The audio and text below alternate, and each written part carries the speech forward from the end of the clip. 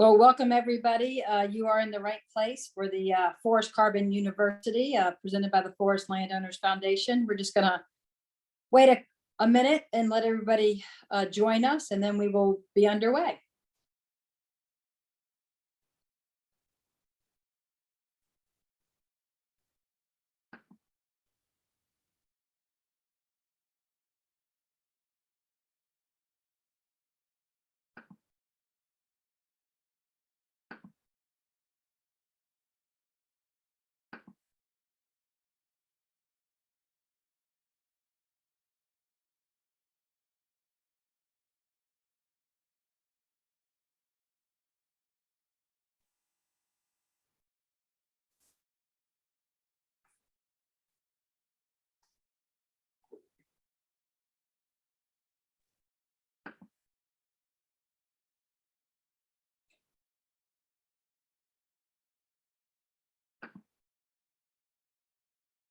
Okay, well, we're going to go ahead and get started. I'm Melinda Gable with the Forest Landowner Foundation, and I think I know most of you on the Zoom today, but if not, hello, and thank you for joining us. This is our Forest Carbon University that has been funded by LSR grant from the Forest Service, and the whole idea behind these webinars is to have two tracks. We have the webinars that we are presenting to landowners for them to become engaged and a little more knowledgeable and ask questions. But then we've also set up this track 2, which is specifically for the state forestry representatives, state forest representatives.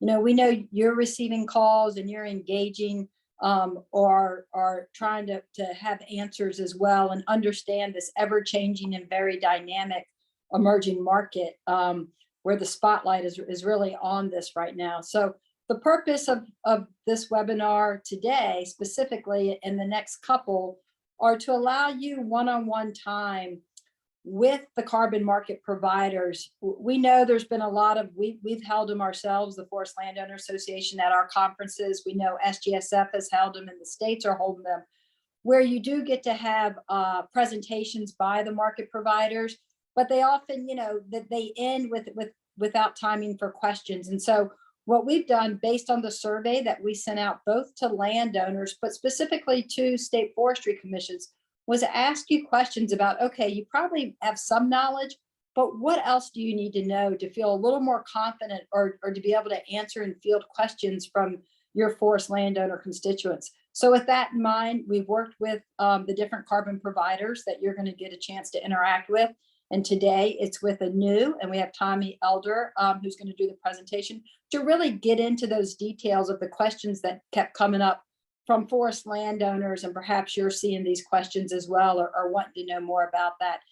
And so that's what today's about. And we have plenty of time for a Q&A and really want to have a dialogue and a discussion. So, you know, if something pops in your head as Tommy's giving the presentation, put it in the Q&A or put it in the chat.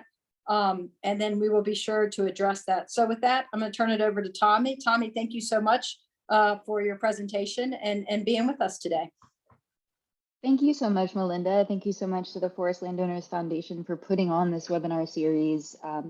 It's so important to have these moments for education and outreach and connection as these markets are expanding so quickly. It's important to have these touch points, and we really appreciate you facilitating this and including Anew, the company formerly known as Bluesource.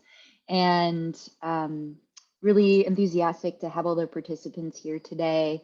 And I know that you guys are focused on supporting landowners in their decision making for if and how to engage in forest carbon project development. And you're also land managers and stewards yourselves, thinking about if there's an opportunity for your state ownership to participate. And after our conversation today, I'm hoping that you feel equipped to better answer landowner questions and support them in their path forward, and to also understand if this is potentially a good fit for your management goals.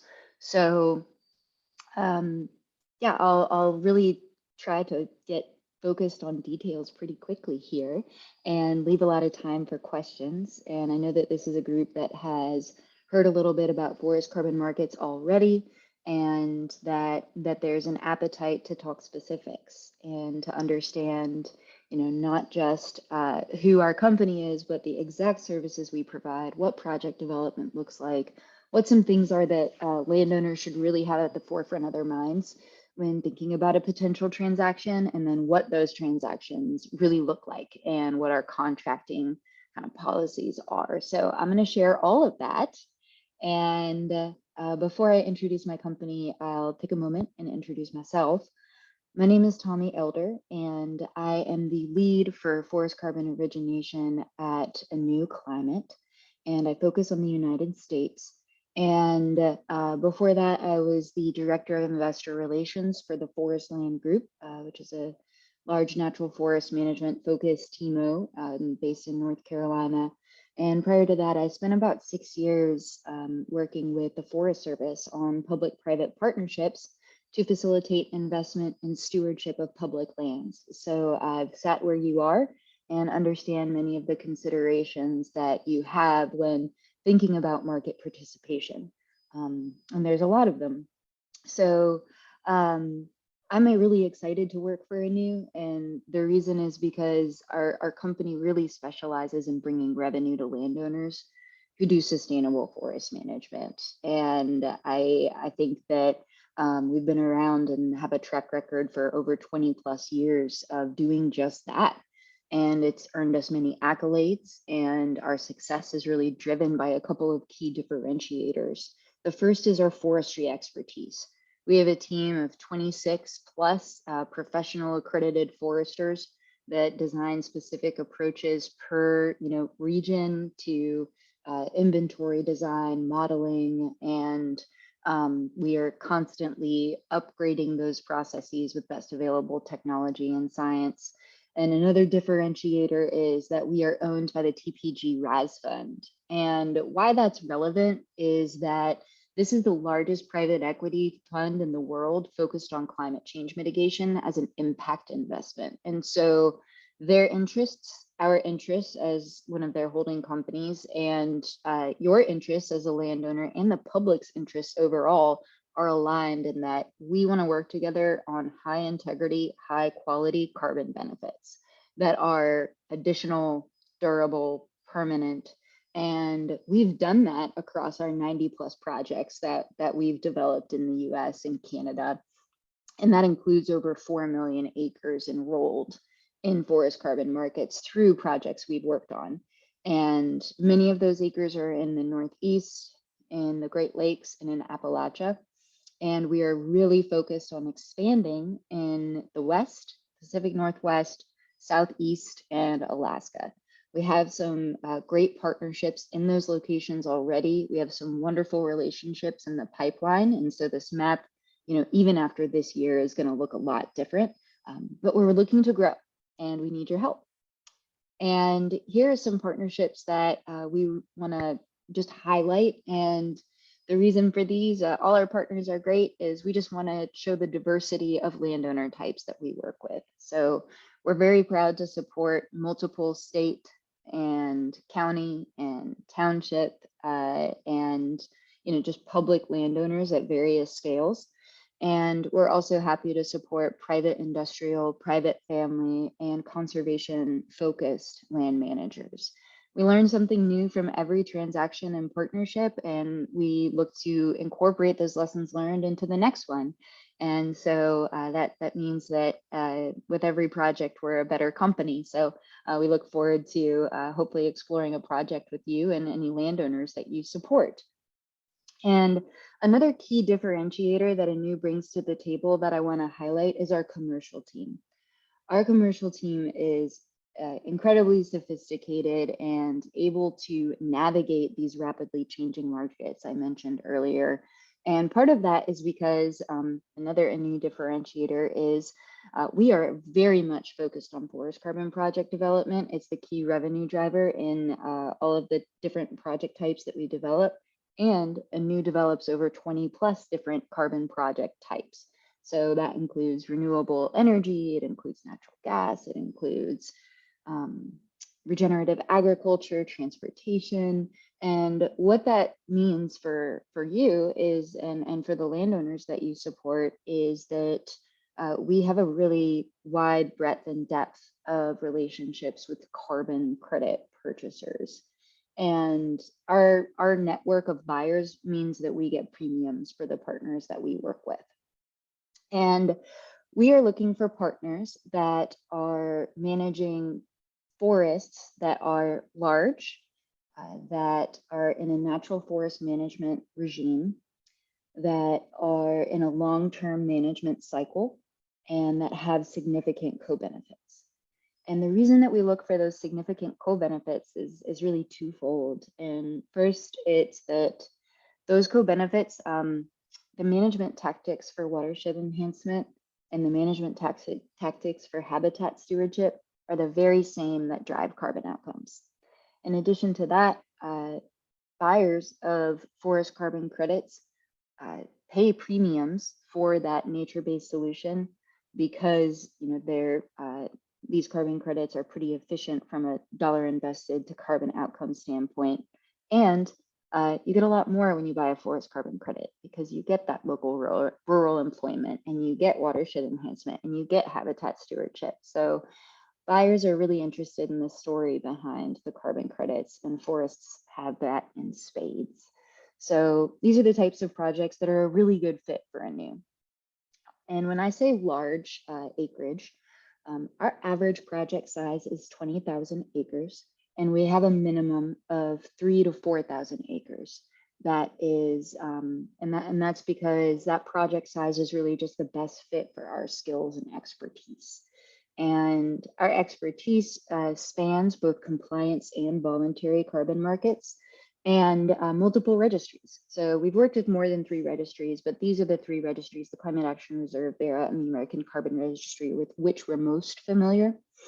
And right now we're currently focused on the American Carbon Registry Improved Forest Management Protocol. It just came out with a new version of that methodology, 2.0, which has some really awesome changes that facilitate more accurate crediting for public land managers, which I can share more about later. And the reason we're focused on ACR right now is because the voluntary market is what's driving a lot of growth in the carbon markets. And this is a voluntary methodology. And because it is, in our perspective, a very rigorous framework. And across all these 3 registries and the protocols that they hold, Anew focuses on developing forest carbon projects using protocols that are science-based, that are with established registries, and that are undergoing regular public comment, and that require, most importantly, project-level, third-party, non-biased auditing. And that's in the form of verifications. And I'll talk more about those later too, but that's important to us. And it goes back to that earlier point about high integrity carbon benefits. So that's why we're focused where we're focused. And getting back to project size, I just want to say that we've looked at 18,000 acre parcels that don't work for the forest carbon market and the voluntary market. And we looked at 3,000 acre parcels that do. And that's because there's variability based on your current stocking, the growth rate of the forest, and the percentage of growth that you're planning to harvest on an annual basis. And so I'll just go ahead and dispel that myth right now. You can harvest while you do a forest carbon project. In fact, most of our landowners do, some up to 90% of growth on an annual basis. But it all depends, which is why you have to analyze kind of the feasibility, and why working with a forest carbon project developer is really helpful. And here are some examples of the public landowners that have decided to work with forest carbon project developers and diversify their revenue streams. We know many public landowners right now are dependent upon harvesting for their day-to-day management and budgets. And we know that public budgets for forest stewardship are not going a good direction in many instances. And so carbon is coming online at a really important time. And we've worked with 6 county forests, 3 townships, 2 city water authorities. one state DNR, and one public university. And we've got many more relationships that are at various stages of development. And it's a really cool time where there's some lessons learned from all of these projects. And it's still early enough that you're going to be at the cutting edge if you commit to a forest carbon project now, and you're going to be looked at as a leader. And so let's take advantage of that, really inflection point that we're in right now. And so Anew has the most expertise in the marketplace in working with landowners that have exactly the concerns that you do.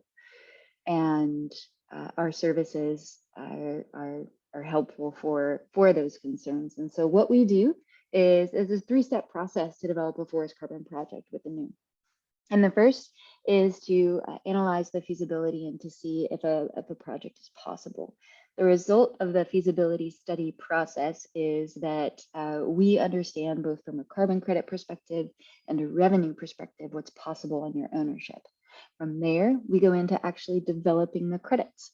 And this is where our expertise, really shines, and where we execute and finance all the activities required to register and sell carbon credits, and we make it very simple for our partners. And finally, on your behalf, we market and sell the credits, and we get revenue to you as quickly as possible because our marketing team's skills are so good that we often have sold those credits prior to their issuance, and that ensures the project is profitable and that cash flows are returned to the landowner, again, as quickly as possible. So, but before there's cash, there's got to be a feasibility study.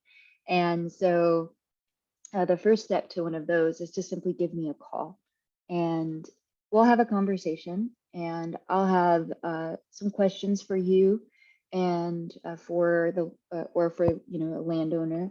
And what I'll be working on is to just get an initial idea of whether or not there's alignment between your property and your management goals and carbon.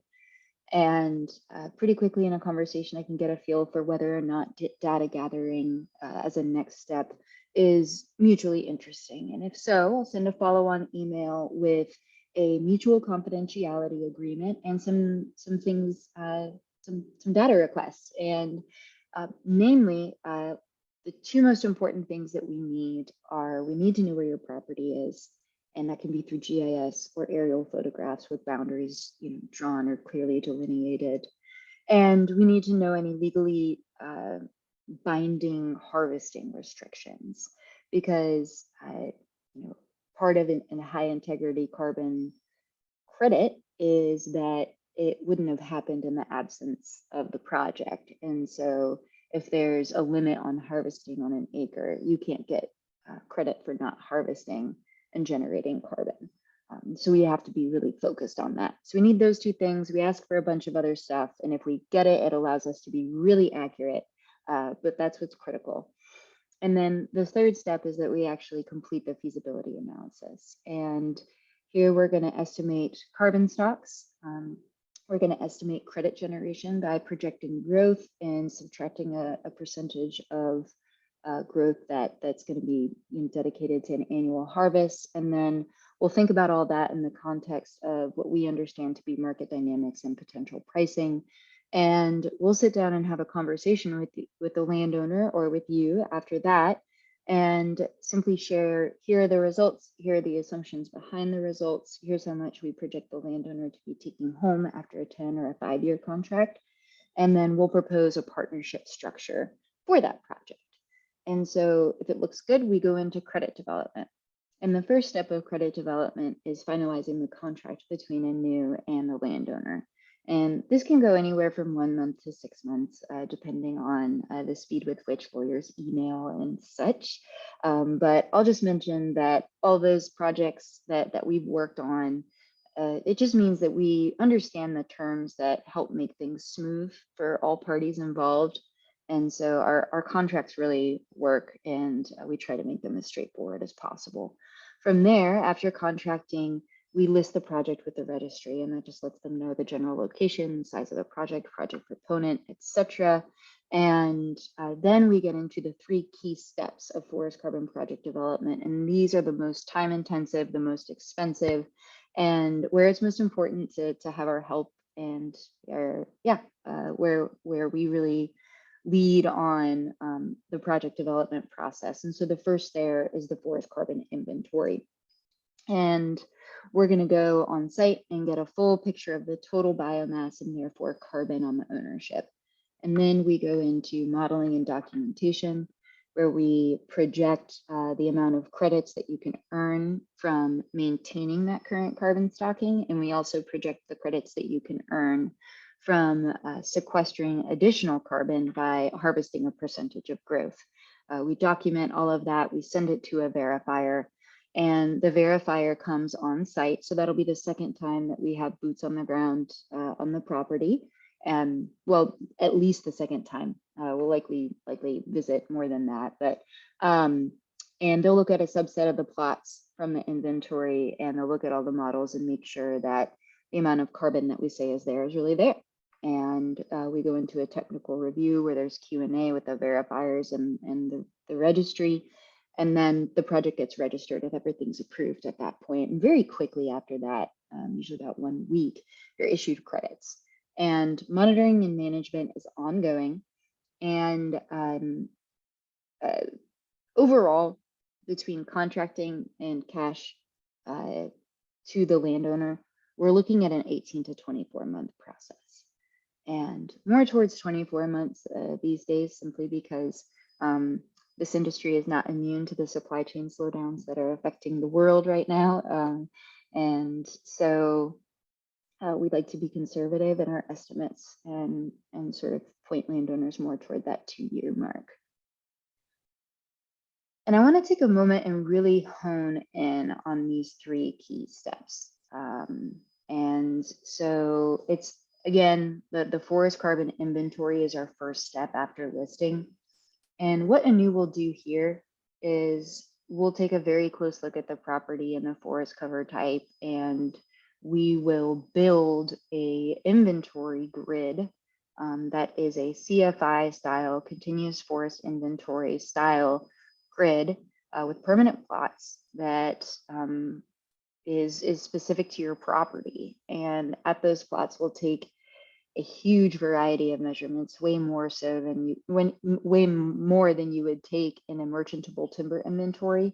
It'll look like diameter at breast height, at root collar. We're measuring the crown. We're measuring merchantable and non-merchantable stems above 1 inch. We're measuring understory and natural regeneration, standing dead timber, anything that has biomass in it, we're going to count it very specifically. And we put out an RFP for the crews that will help us with this.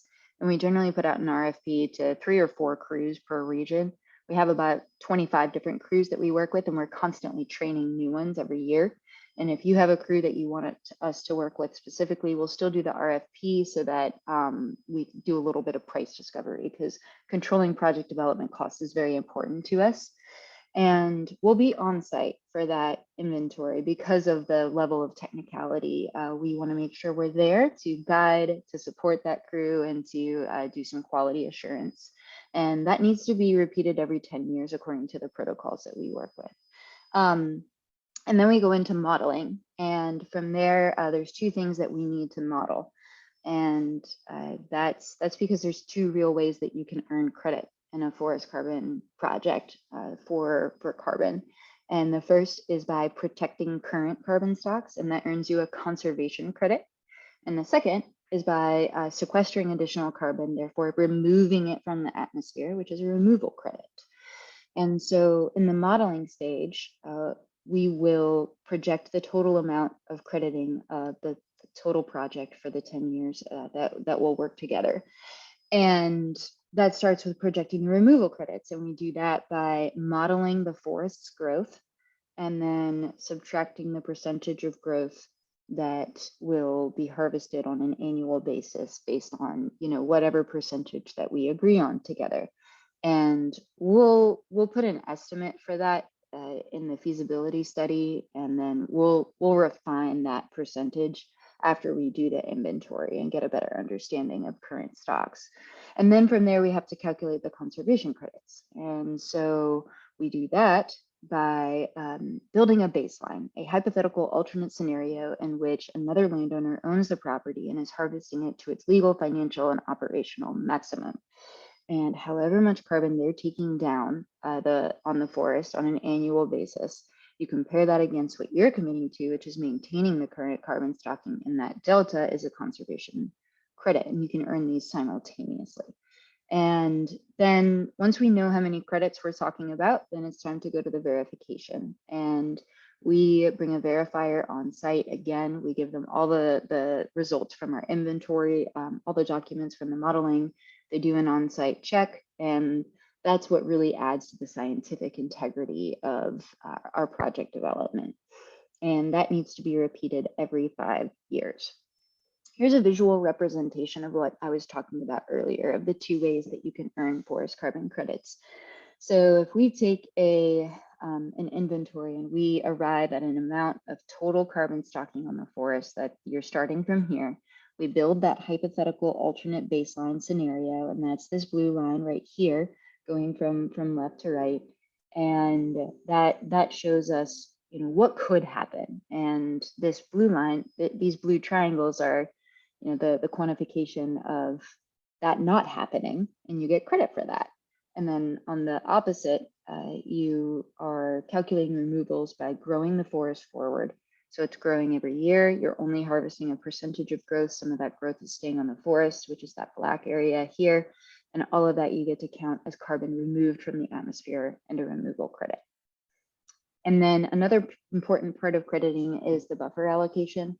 So this is a requirement of the registry, where you have to allocate a certain percentage of every single issuance on an annual basis to a buffer pool that is meant to cover unintentional carbon losses due to natural disasters, timber theft, anything that's not an intentional management decision, both for your project and for every project enrolled in the ACR in this protocol. And you can dedicate 18% of your own credits. That's a good average that typically ends up being the deduction. Or you can identify lower cost non-forest credits, which are generally a lot cheaper. And because Anew is a really active broker of carbon credits, we're able to do that for a lot of our landowners. This is a practice that is very much within the stringent guidelines of the protocols that we work in, and we follow those protocols to a T. And our ability to offer this service to our landowners simply brings more revenue, which is another priority of ours. And another way that we bring revenue to our landowners is through our marketing and sales. Our marketing timeline starts the minute that we list the project. We start trying to identify the right buyers for these credits. That's why very frequently our credits are sold in unit contingent credit agreements. Because of the current imbalance in demand and supply, there's more demand for credits right now for natural climate solutions than there is supply. That perceived scarcity leads to our ability to get market premiums for credits that have yet to be issued. And part of why we get premiums is we have great marketing content because we go on site and we collaborate with our landowners. So we'll come onto the property and we'll take pictures, we'll do drone footage, we'll interview you to, really understand what's different about this project, why the carbon revenue is important, and why these practices are additional. And all of that material will go into newsletters, webinars, brochures, blog posts, anything that will connect with that buyer audience. And we'll package your project sometimes with other projects that have compatible kind of components, and or we'll market your project's credits to a single offtake or a single purchaser, very often that's interested in credits from your specific landscape. They might be an in-state buyer, for instance. Whatever we can do to earn those premiums, and those co-benefits are a huge part of that, as I mentioned earlier. And here's the real trajectory of a carbon credit. And I find that folks have a lot of questions about, okay, well, when do I get the credits, and do I get the credits? And so this should demystify everything. So the first thing is we create that registry account right when we list the project, and that's generally a month after we sign a contract. As I mentioned, 18 to 24 months later, you'll be issued credits. Those credits go into the registry account. And from there, they are transferred to a buyer. And they're transferred to a buyer if they're already sold at issuance through a pre-issuance sale within 30 days. And if we haven't yet sold the credits, then they'll be transferred 30 days from when they're contracted at the latest. From there, Anew gets revenue from the buyer within 30 days and transfers it to the landowner 30 days after that. In reality, we're being really conservative here. This process typically takes a few weeks, but we like to be conservative, which is something that you should think about when thinking about a project developer. It's better to underpromise and overdeliver for sure. Here are a couple of other practices that we do that really help public landowners. So our feasibility analysis is no cost, and it's also no commitment. And we find that that really helps public land managers to learn, to have time to kind of build buy-in, because it's difficult to pitch this to other public decision makers if you don't have a number in mind or like an idea of, okay, what would this mean to us? And it also gives some time to kind of navigate decision making without, having any early commitment or cost. And then because we're a turnkey project developer and we pay for all the upfront cost of forest carbon project development, revenue goes one way from us to our landowners. What that means for our public landowners is that there's no delay for an annual budget allocation or request, and that because the flow of money is one direction, we often aren't subject to contracting regulations and authorities. So we can move at your pace, whatever that pace may be. And we can, in these protocols, balance harvesting and protection by committing to cut a percentage of growth. So harvesting can absolutely continue. And that means that there's still flexibility in the future for public land managers after you or after whoever has committed to the project to dial up or back harvesting to support local economies as needed, or to simply manage what needs to be managed. And we use the public land manager's existing management plans as the baseline scenario, which means that our assumptions for that hypothetical alternate scenario are really conservative and consistent with protocols, and that there's a reduced PR risk. And there is always a little bit of a PR risk for any landowner doing a forest carbon project, because there are a couple of folks out there who unfortunately have been publishing the same material since 2012, and they have been not necessarily willing to hear very reasonable responses to questions. But we have a lot of experience handling that, and it's always our goal to make that risk minuscule. And we also have the ability to accommodate insetting, which I think is important for public land managers, because very often there's climate targets associated at the state level that these projects can help support. Some other things that public and private landowners consider or should consider when moving into a forest carbon project are that there's two different commitments you're making. You're making a commitment to the registry, and you're making a commitment to your project developer, in this case, Anew. Your commitment to the registry is to maintain the level of carbon stocking that's present on the property at the time at which you enroll the project. Your second commitment is to maintain any carbon stocks associated with credits that you're issued for the duration of the project. That duration is 40 years. That's a 40-year monitoring period in the voluntary market. So for that period, you can't cut any more than the forest grows. And if you do cut and it's commercial, it needs to be certified. The property needs to be certified, and that can be SFI, FSC, or the American Tree Farm. And you can also just note here that all of these monitoring obligations are things that Anew helps with and handles and makes simple for you if you're a developer. And if not, then they're things that the landowner has to provide to the registry on their own. So a commitment to Anew is to engage with us as your project developer. And we ask all of our landowner partners to commit to harvesting less than growth. So even though you can harvest 100% of growth and still be in compliance, that's too close for comfort for us, and we like at least 90% of growth. However, some landowners, depending on stocking growth rates and just crediting projections, project size, will ask to harvest less than that. We'll say, hey, we really need you to harvest 20% of growth. And it just depends. And so there's a huge variety there. And we also need access to the property in order to complete those monitoring obligations. And at some point, the carbon credits generated from the project need to be conveyed to Anew so that we can sell them on the landowner's behalf. We have to own them even briefly in order to sell them. And there's some options about when we do that. In general, there's a lot more options in forest carbon project development than I think landowners think. So I think I looked at some survey results from the Forest Landowners Association members, and something like 75% of landowners had heard of forest carbon projects and connected with a developer, and a very small percentage had moved forward. And I think a lot of times it's because we don't lead with the flexibility that's there. So I'm going to try to address that directly today. Question 1, can I sell property once it's enrolled? Absolutely. You can sell property, and then there's 3 options for how we handle it after that. And Anew can help with all 3 of these.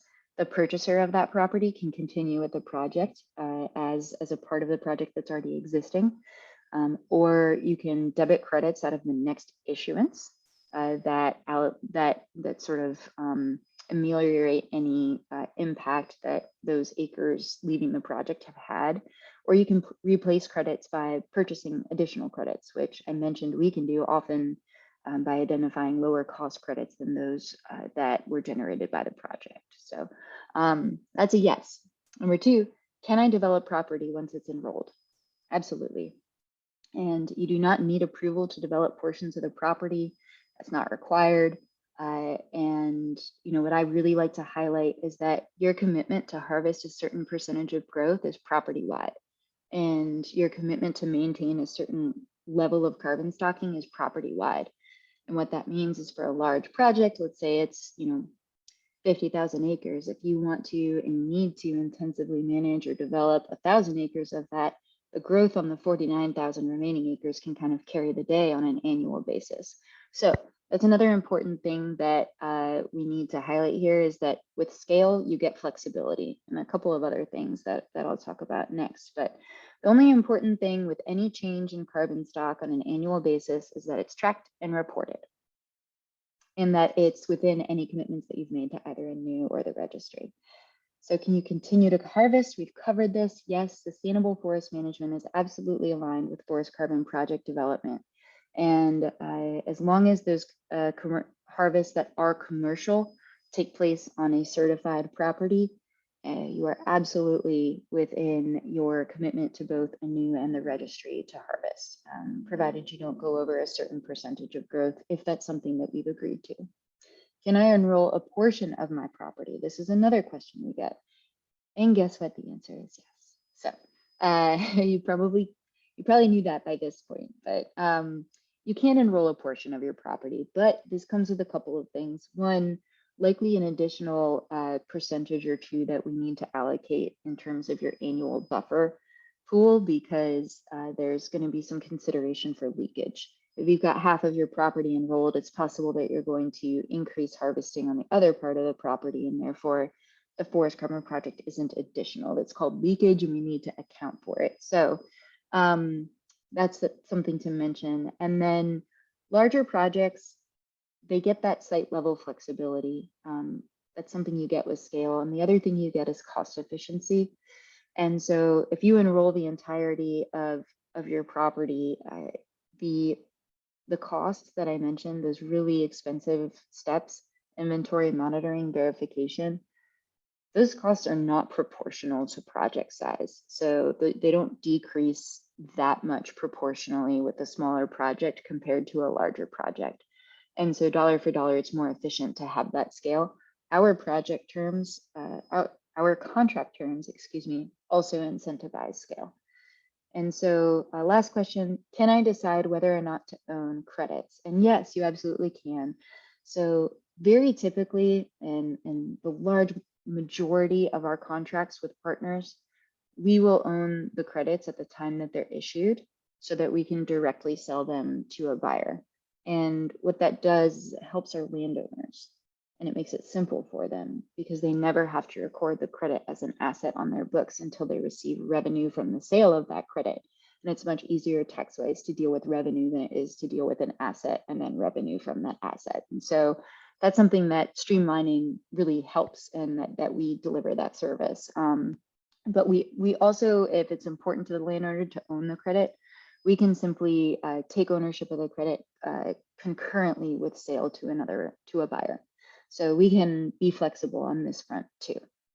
And that kind of is a great lead in really to contracting. And I get lots of questions about contracting. So I'm ending on a, a hopefully note of interest. But the way that our contracts are structured is very simple. We pay for all the upfront costs. We keep track of all those costs, and we get reimbursed for those costs from the revenue from the first issuance of carbon credits. And any year that we incur project costs, we get reimbursed from the sale of credits. And that reimbursement is based on a very accurate line item by line item report of expenses. It doesn't include staff time and to develop the project or market the credits. And then after that, we get paid the same way, landowners and Anew. And we get paid from a percentage of the remaining revenue from credit sales. And it's just that landowners get much, much, much, much more. And that's something I really want to highlight because I think it's a misconception. So we do all the work, we put up all the upfront cost, and we give you the vast majority of the money. And especially, yeah, it's a great time to do a forest carbon project. And a lot of that is because of the current pricing. It just means that there's even more revenue to share. And so right now, conservation credits, we're currently selling at $14.50, removal credits around a $5 to $10 premium from those conservation credits. We estimate conservatively the growth of pricing at about 5% a year. So you're looking at a blended credit price of around $18. And why that's so high is all these voluntary net zero commitments from financial institutions, universities, corporations. They want to say, we're going to be net zero by this date. What they don't want to do is make any actual changes. And so what that means is they need to buy offsets. The offsets that they like to buy are these natural climate solutions that are cost efficient and have high co-benefits, and therefore they're willing to pay premiums for them. Demand for these natural climate solutions outstrips supply through 2035. And beyond.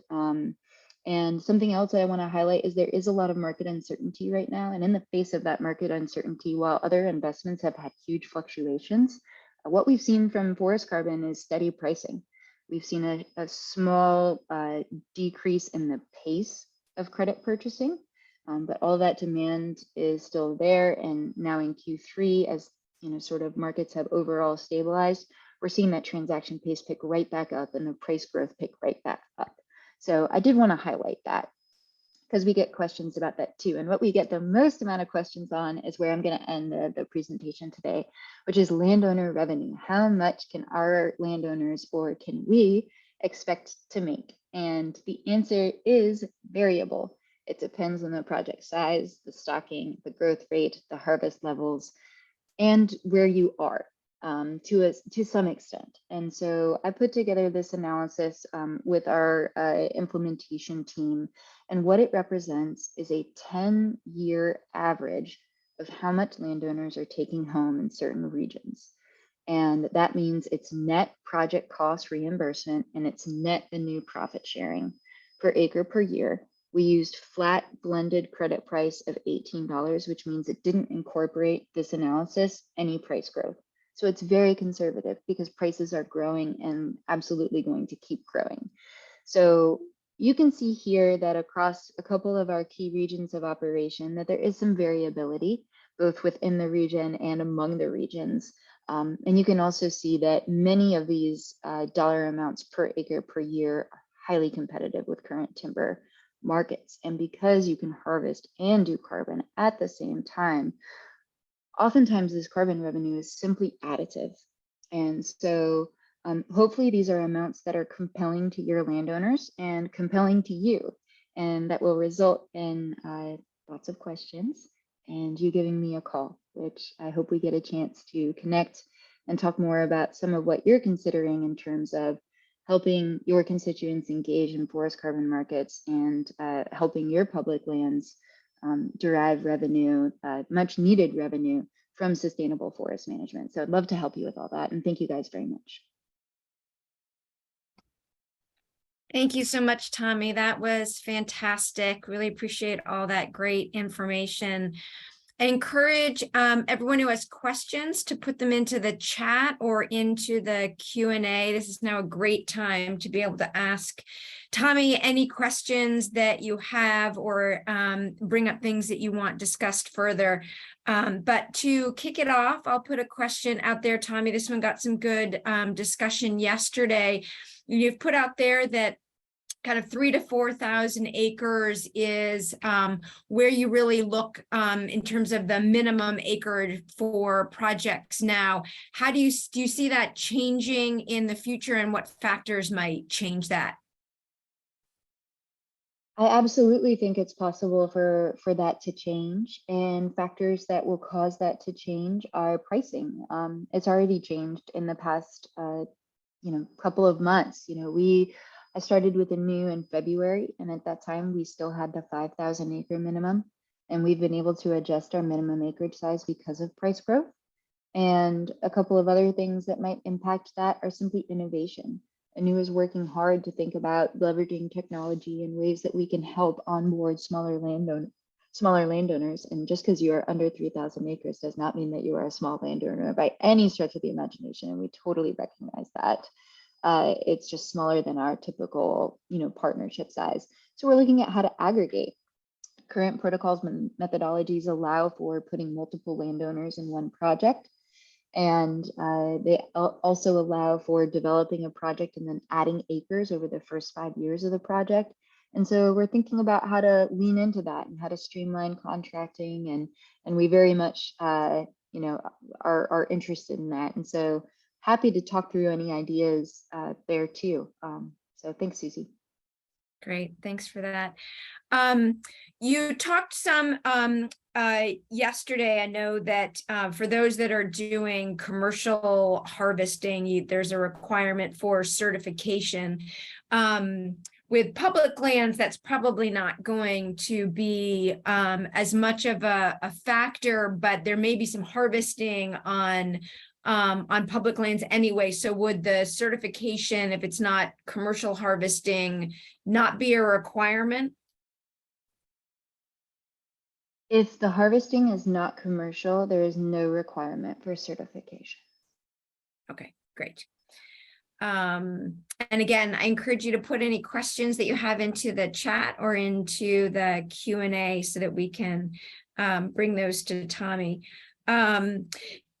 You talked about the difference between the conservation credits and the removal credits. Can you talk a little bit more about how that's played out into the projects that you've had to date?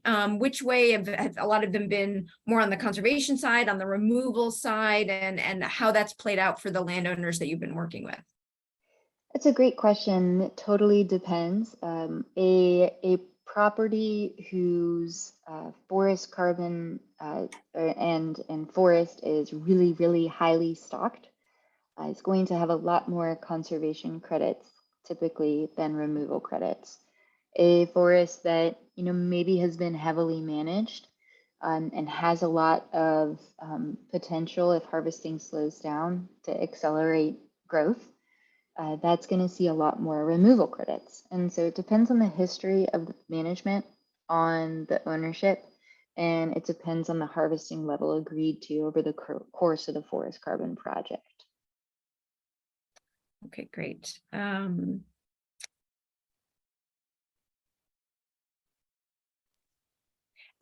I think, as I understand it, most of your projects are in the improved forest management under that protocol. Have you done them under any of the other protocols, the Absolutely avoided conversion, and so how has that played out for some of those landowners? So we have a business line right now that's focused on avoided wildfire emissions and on reforestation. We are also looking at other methodologies like blue carbon. We've done some avoided conversion in the US, but those projects are pretty difficult to have pencil out. Now, as we look to expand into South America, which we're working on actively now, avoided conversion might be a more viable project type. And there's also other project types and protocols like reduced impact logging for carbon that make more sense in that geography. And so we're expanding our repertoire now rapidly to do more good and protect more forests and meet demands. That's great. Melinda, do you have any questions you want to add? Yeah, I just like to follow up on that, and I always plug this, but I think that it's something for the registries to look at and others, is that as landowners experience natural disasters and they lose their forest land or timber crop, that perhaps that would be a time for that landowner to be considered for afforestation rather than improved forest management, because they might have to make that decision. Can they afford to put that land back into forest use or not? And so, you know, regardless of whether it had been harvested. So, Tommy, I would encourage you to take that up the chain and make that part of the consideration. Absolutely. Yeah. So, no, I have nothing else. I think this is great. And, you know, this will be available. And those who did attend today, for all these webinars, we are getting continuing education credits sent over to SAF. So just wanted to make sure we noted that. And appreciate your time. And while there aren't questions, I do think state foresters tend to be very quiet and thoughtful. So hopefully this has been beneficial to you. And Susie, really appreciate you queuing up the additional questions. Both the webinar and the slides will be available online. And so you'll have those resources available to you. So thank you everybody for attending, and be on the lookout. I think we take a break next week because there's the SAF conference, the NAS conference, and it's climate week. So I know a lot of people are busy with events, but then we come back following that, and just be looking in your email for the next webinar. Thanks, everyone. All right. Thank you, everybody. Thanks for having me.